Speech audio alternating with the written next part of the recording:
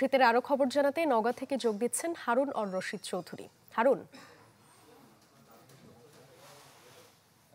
আসলে গতকালকে নওগাঁর তাপমাত্রা ছিল 9.1 এবং আজকে কিছুটা বেড়ে 10.4 ডিগ্রি সেলসিয়াস। আবহাওয়া অধিদপ্তর তারা আসলে এরকমটাই তথ্য দিচ্ছে। তবে ঠান্ডার যে প্রকোপ সেটি আসলে মূলত বিকেলের পর থেকে যেহেতু বাড়ে, যে এই মুহূর্তে বেশ খানিকটা কুয়াশা আছে, কিছুটা বাতাস আছে এবং বেশ ঠান্ডা কিন্তু আছে। এবং দুপুরের দিকে এবং তার আগে অর্থাৎ 10টার পর থেকে শুরু করে দুপুর পর্যন্ত বেশ খানিকটা রোদ ছিল, আজকে বেশ গরমও ছিল।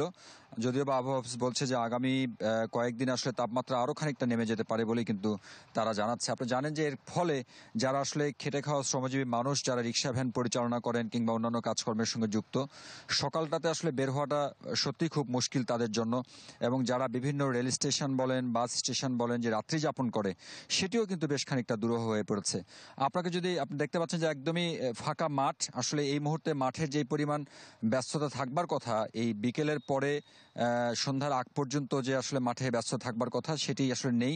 আমরা এসে দেখছি কারণটা হচ্ছে যে প্রচন্ড রকম ঠান্ডার কারণে মানুষজন আসলে মাঠে ঠিকঠাক মতো নামতেও পারছেন না। কৃষি অধিদপ্তর বলেছে যে এই পরিমাণ কুয়াশা যদি থাকে প্রতিদিনই সকালের দিকে কিংবা রাতের দিকে, যে পরিমাণ কুয়াশা থাকছে সেটি যদি থাকে, আসলে যে বীজতলাগুলো আছে এই চলতি মৌসুমে ধান রোপণের জন্য, সেগুলো কিন্তু ক্ষতিগ্রস্ত হতে পারে বলে তারা আসলে আমাদেরকে জানিয়েছেন।